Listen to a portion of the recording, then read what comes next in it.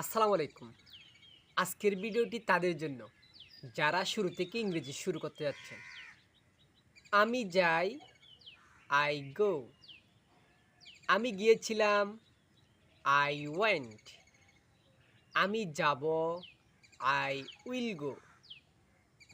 এভাবেই আমি খেলি, I play. আমি খেলেছিলাম, I played. আমি খেলবো, I will play. আমি গ্রহণ করি, I accept. আমি গ্রহণ করেছিলাম, I accepted. আমি গ্রহণ করব, I will accept.